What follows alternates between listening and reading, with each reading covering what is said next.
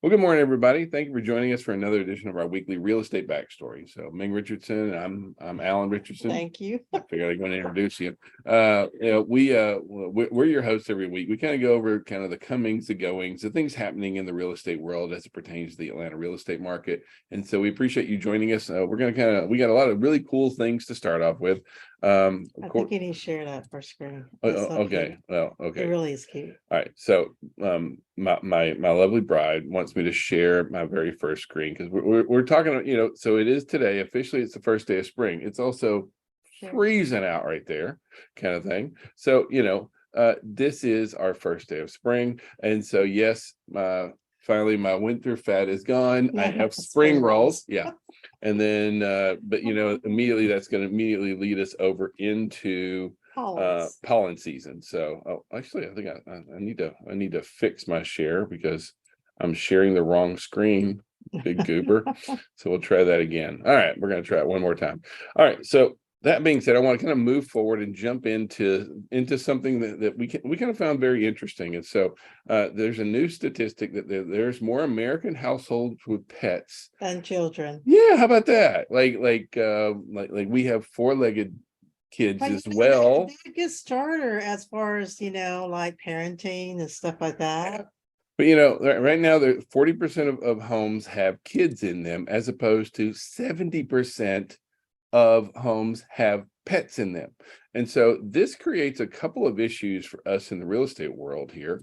And the first one is that like when you look at folks who are factoring in Their pets' needs in buying a home. This has impacts for both us as realtors working with buyers, but also listing our homes for sale and understanding that the value of like how big a deal having a fenced yard is now. Being close to parks and things like that is a really big deal. And so it's kind of across the board. Yeah, unmarried couples have more, care more about their pets, but Yes. And we were that way too. I mean, before we had kids, our four-legged kids were They're families. they are a big deal. And so for a lot of us, I'm sorry, when you look at it for buyers who are out there and they are considering their pet most important in neighborhood choice. And so that like when it comes to like choosing neighborhoods, how big are the lots? Is it walkable? Are there sidewalks? Is it a good place to go walking? Actually, just sold property, and the reason why they chose the one that they did choose over the other, which was 500 square foot bigger, was the yard sizes.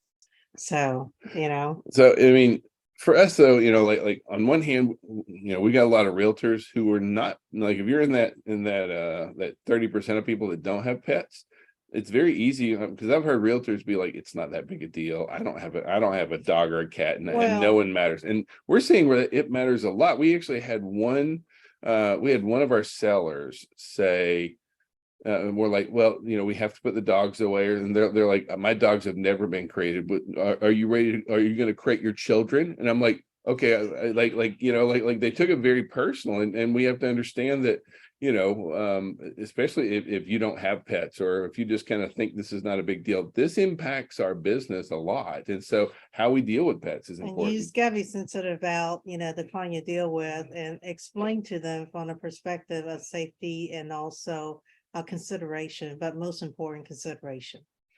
Now, in more timely information here, so mortgage rates dropped by a half point this past week, all largely due to like the stuff going on in the bank failures. And that is, and I'm not trying to like jump on board. And I'm not trying to create any kind of financial instability, but actually this was really good. We actually had our sales meeting last week. I was talking about how this was we're gonna see a dip in interest rates, this week moving forward. This actually helped our business, not to be selfish, but it does. So anytime the interest rate touches 5, below 6, you're gonna see a jump in transactions, showing time, all that stuff. Well, and we've really So seen that. I please mean, get your seller have the house ready to go. well, and what we really need to understand is that, listen, the buyers are watching. We saw where mortgage application volume since Friday boom, blew Yep. up last week and over the weekend. And we're gonna be seeing that ahead this weekend. Now, let me throw my words of caution out here. The Fed meet on Wednesday. Well, they start meeting on Tuesday, but they're going to release, and I expect that they're probably going to do another quarter point raise, probably going to raise it about 25 basis points, just because everyone was expecting them to do another 50 point, and so it's either going to be flat or it's going to be a quarter point. But either way, that could impact rates depending on how the market. See, it's not about them raising rates; it's how the market reacts. And so, if I had a buyer that was really interested in buying, I would try and lock in between now and Tuesday, between today and tomorrow, really. And honestly, you can, most of your lenders are going to let you do multiple rate locks. Normally you can get 2 rate locks. I would get a rate lock right now because even though I see us moving into lower mortgage rate territory, it's going to look like this. It's not going to be a steady climb. It's going to be up half a point, down half a point, If up you a look quarter, at down a stock quarter, up a tenth, market, down a tenth. Yeah. yes, that's what Yeah. it's doing as well. So that is to be expected, followed by the trend of interest rate as well. Yeah, the other thing to watch for here is that, look, because we saw, mortgage applications jump, like, understand that your buyers are watching, right? Your buyers are watching what's going on. And so they expect that like you should be, the real estate professional should be calling out, reaching out into your database, talking to your buyers about, now's a great time to lock. Let's go start looking at houses. This is the time. And so I hope this kind of spurs you to kind of look at that. Now, on the other side of the coin, It is the best time to sell. well, no, the best time, the best week to sell of the year is April coming up 16. a month from now. And so we've got a month to prepare. And we know that, from years of going on listing appointments, even if I have someone who's ready to sell right now, they've got some cleaning to do. They've got some things they need to get fixed up. They need, they need to get some things, some clutter moved out. We've got to get photos done. We have to word script the listings. Like a month to prep to sell is really not unreasonable. Plus reaching out and helping people make that decision. So we got like now's the time. We don't have enough inventory to begin with. Correct. And so one of the biggest things that we can do is to really help our sellers to be, when's the right time to sell, because the fact that interest rates are coming down, that's another good reason for our sellers. But why is this the best week to sell? Is that on average there's 9.3 fewer sellers that week. At the same time, the median asking price is up almost $50,000. That's a national number, but overall it's the highest asking price month or week of the year. Yeah, I know. And then at the same time, sales during that week sell 18% faster, and there's 16.5% more people watching and looking at properties that week. So like this is the time. Now, please do not wait. Because do you notice that's the day after taxes being filed? Okay, well, there you go. So okay, right after taxes. I just threw you off. Sorry. I mean, it's a couple of weeks after April Fool's Day too. I'm not sure where that goes into, but yeah.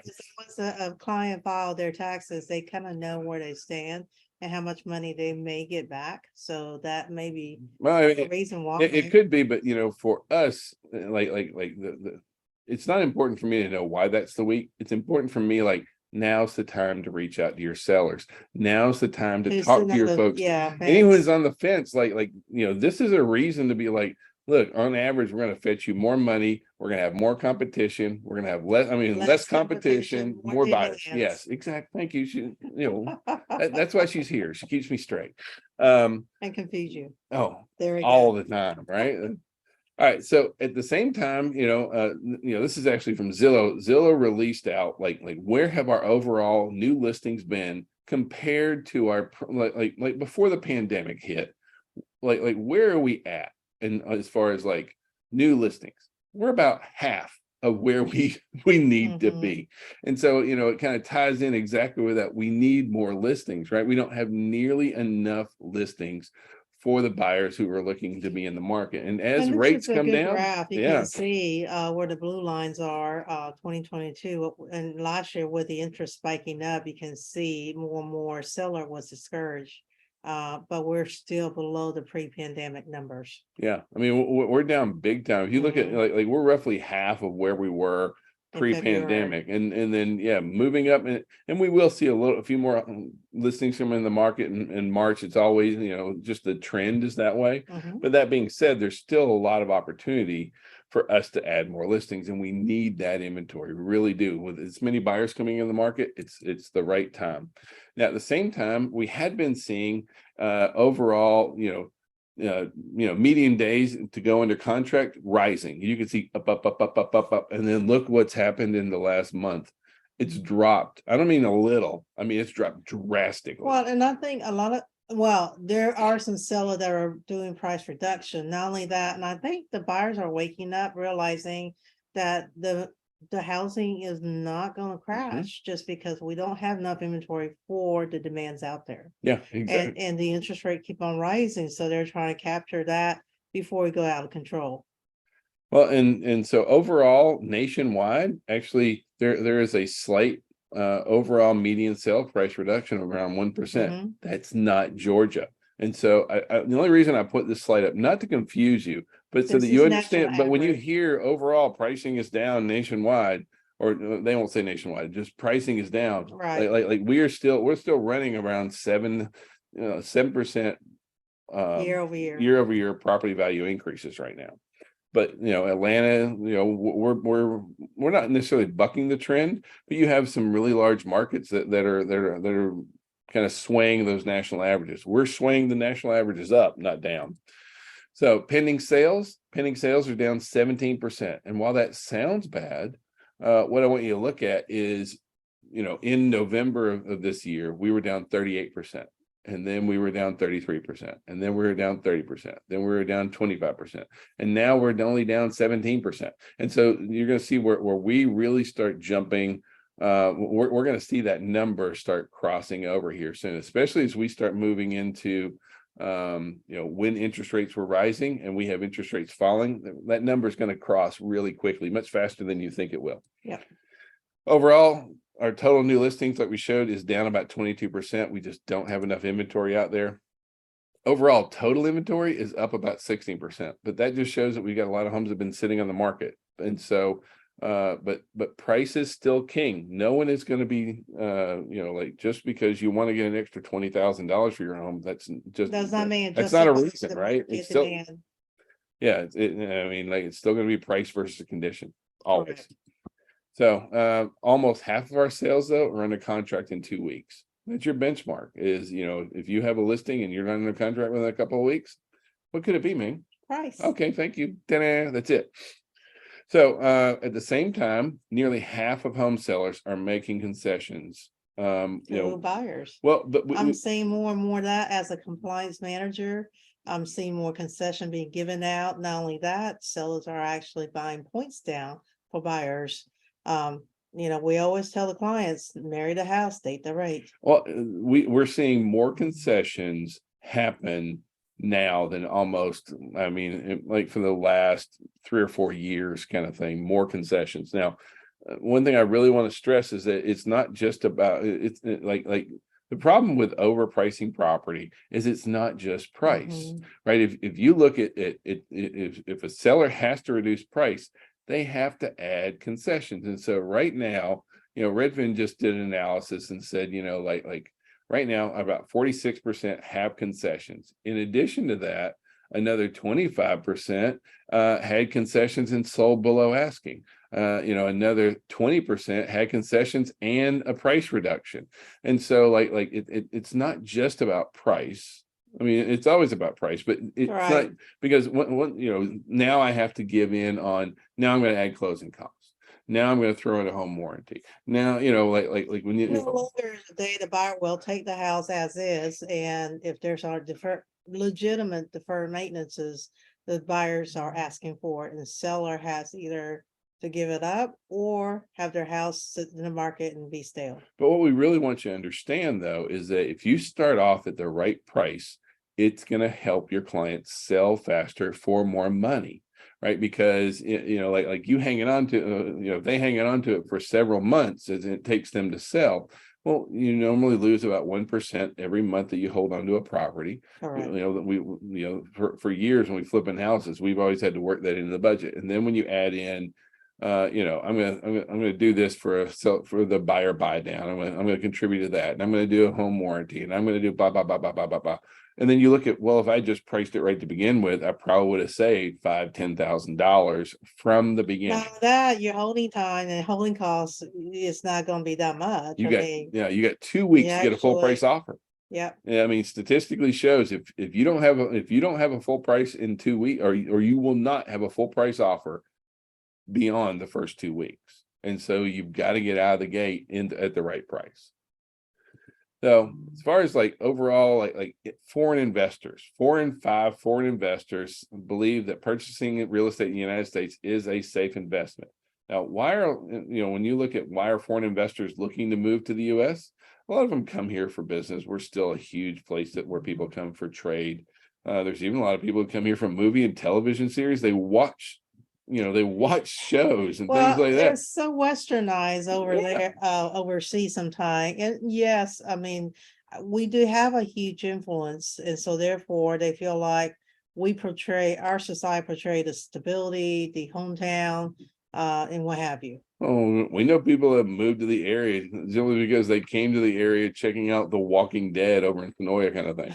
So as weird as that sounds, a recent vacation in the US, that's a big deal. Why like California and Florida have so many outside investors, social media, and then the golden passport, dual citizenship, being able to get citizenship into the United States, that's also a really, really big deal.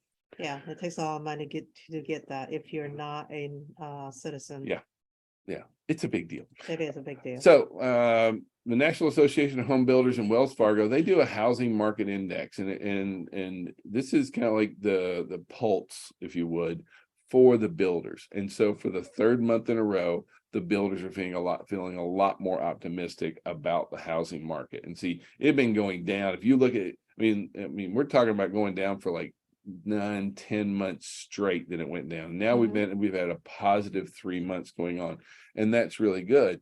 And so at the same time, and what I want you to understand is that when you see the housing start data, like if you look at housing starts, they're going to say housing starts are down, and overall they are, but actually for single family, housing starts are up. What's down is multifamily, and honestly, that doesn't break my heart at all. Like I want more single family homes. You because there's a particular builder right now that are building a whole entire subdivision for rental, and that what they're doing is that they're starting a rental division with them, their own company, and therefore, even though new single family are being built, is not necessary for sale. But the biggest piece of that is going to be single family. There is still a lot of demand for single family. The builders are feeling a lot of pressure on price.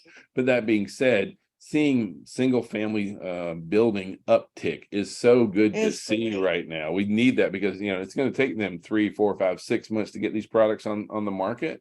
And so just the fact that they're starting now, that bodes very well for our summer buying season, that kind of stuff. Having inventory, that's going to be really good for us. So the National Association of Realtors went out and they released what is the best cost recovery on outdoor remodeling projects. And what I found so funny, the number one here is just cut your grass, right? Cut edge and blow, right? Like it does. It has the best thing. It does matter. So if you get a nice looking yard, then 9 out of 10, it's gonna sell, it's gonna recover. I mean, but that's the thing is that we see so many buyers that if they pull up to a house and it looks kind of like a barren wasteland, they won't even go in. Right. I mean, our buyers are being much more selective right now. It's a reflective what they feel like, how the inside's being kept. So why even bother if it's going to be not just an equity sweat, but a lot of maintenance? Well, but honestly, for the vast majority of our sellers, what's the number one thing they need to do? Cut edge and blow, baby. I mean, they just need to make sure that yard is well maintained, looking good, keeping it sharp. That's what's really important for us there. Absolutely. All right. At the same time, they said, even though those may be some of the best returns, they aren't what makes us really happy. Now, the number one or the top 5 things that homeowners say, as far as outdoors, really makes them happy. Number 1 is a pool. After that, landscape lighting, which this do one, you oh, my wife, oh, seriously, like our house, like we are the solar light queen and king of the world here. No wires, okay? Yeah, she didn't like wire, but we will solar light the daylights out. It looks like the sun or the moon is shining everywhere. Okay, Stop. there's a lot of lights. It's But anyway, I digress. So new then, patio. yep, and a wood deck, same kind of thing, and then fire Hey. pits. What did I say? Yeah, there we go. All right. Inside joke, sorry, about a So, deck. FHA and FHA announced a 40-year term for loan mods, and I didn't include this kind of when we were talking about mortgages, because this this is just one more thing that we've seen FHA do to try and help. I mean, right now, foreclosures, and the reason I kind of throw it out there is, like, if you catch some of the news, so some of the news will be like, foreclosures are up 400%, and you're like, wow, that sounds really 400% scary. That was existing. Yeah, but compared, So 12, if you're looking at it that way. yeah, we just pulled the data. So like for the last month in Georgia MLS, there was 10 foreclosure Foreclosures. homes for the state of Georgia. And so, not that I'm not saying that foreclosures, there'll always be some foreclosures. There will be some. But historically, we're lower than I mean, like, other than when we had the foreclosure moratorium, the eviction moratorium, we are so low, it's not even We're funny. still lower than pandemic. Yeah, Sorry. and so now one thing that FHA has said and said, look, if you're having a hard time, we'll extend your loan to make those payments more So reasonable what for you. is that when you have longer term loan, your monthly payment goes down. So because of rising interest rate, at the end of the day, the buyer had to maintain certain monthly interest payment. By doing 30 years, they're not able to achieve that debt income ratio. So what FHA is doing right now, they're increasing that 40 years, which will make the monthly debt to payment the same, and therefore the debt to income ratio was maintained the same. Yeah. All right. So there was this big survey with all these big brains from all through the academic, Harvard, Yale, Berkeley. And they said, has rent control had a positive impact? And so they went out and they said, for local ordinances that limit rent increases for some housing units like New York and San Francisco, has it had a positive impact? And overall, 95% of the respondents said no. It's really not. And I know this seems like a touchy subject, especially coming from somebody in the real estate world. Like, and I understand that rents go up, but the bottom line is what's really happened, especially in those markets, and what these economists point out is that when you put in rent controls, guess what? You stop growth. No one's building new apartments in New York and San Francisco. No one's putting housing units in these places with rent control. Deteriorates, and some of the conditions are not ideal. And so you just see where the growth in rent control areas, as opposed to non-rent control, like the non-rent control areas, and believe me, I understand. Like I think, if you're in that rental market, I know it's a tough place to be, but by the same token, it's a risk reward scenario. We know that from our years of investing in real estate. Like, I'm willing to take the risk. There has to be a reward for it. Correct. At the same time, because if you look at overall let's just look at the rental market right now, and so you can see that median asking rents has been going down, and which is great. It is, but this is how rent growth is continuing to slow. It's continuing to be down. I mean, from a year ago, it was up big, and now it's down big. And so if you are a landlord, you have to be able to take those swings in stride, and you have to be able to adjust pricing. It's market based and that kind of thing. So it's just, we are seeing, one thing that we are kind of looking forward to, as these rent prices are declining, that's really going to start. We're going to see a positive impact on inflation, kind of as it moves forward into there. At the same time, even though this is another regulation thing, if you have tenants or if you own rental properties or short-term rental properties in the city of Atlanta, they are proposing some new short-term rental terms and rules, and they want to kind of regulate where they can be and how they are. And so I'm not really necessarily So getting into that. additional, if you think about it, is actually additional income for the city because they're actually making the owner to do a short, like a special licensing and also, different things. Well, they are able to tax it and that Yeah. kind of thing, but really what we wanted to point out is if you or your clients have these type of properties, they have Airbnb, VRBO, that kind of stuff. They have some hearings coming, or not hearings, but I guess legislative workshops, suggestions. I guess is what where they're encouraging the public to come and talk. And so I'm encouraging you, if you or your clients have something to add to this conversation, I think it's an important thing to be represented in the government. Part of it. So this week, on tomorrow over here in our McDonough office, we have estates, divorces, and etc. about who can sign the contracts. This Bill is a Mills. great Yeah. Great track. See, now you're messing up. This is a great class because it gives you an idea, one, for lead generation, and two, why is the attorney asking all these questions? And there's a reason for it. And it's the better you know, the better you'll do. Plus, it's really great just to be able to talk to attorneys and to be able to get feedback. And you can also ask some other questions, because a lot of times when we are with attorneys is at their office and we have clients there, we just don't want to look stupid. So anytime that you can get like in, alone with, or in a, just in a group of other realtors together with an attorney, that's a really great place to be. Then on Wednesday, Lisa Riccardi is going to be with Discovery Home Inspection. She's going to be teaching DISC, building relationships, and that's going to be in our Noonan office. And then on Thursday, I'm going to be doing effective negotiating, kind of negotiating 101. And that's going to be over in our Conyers office.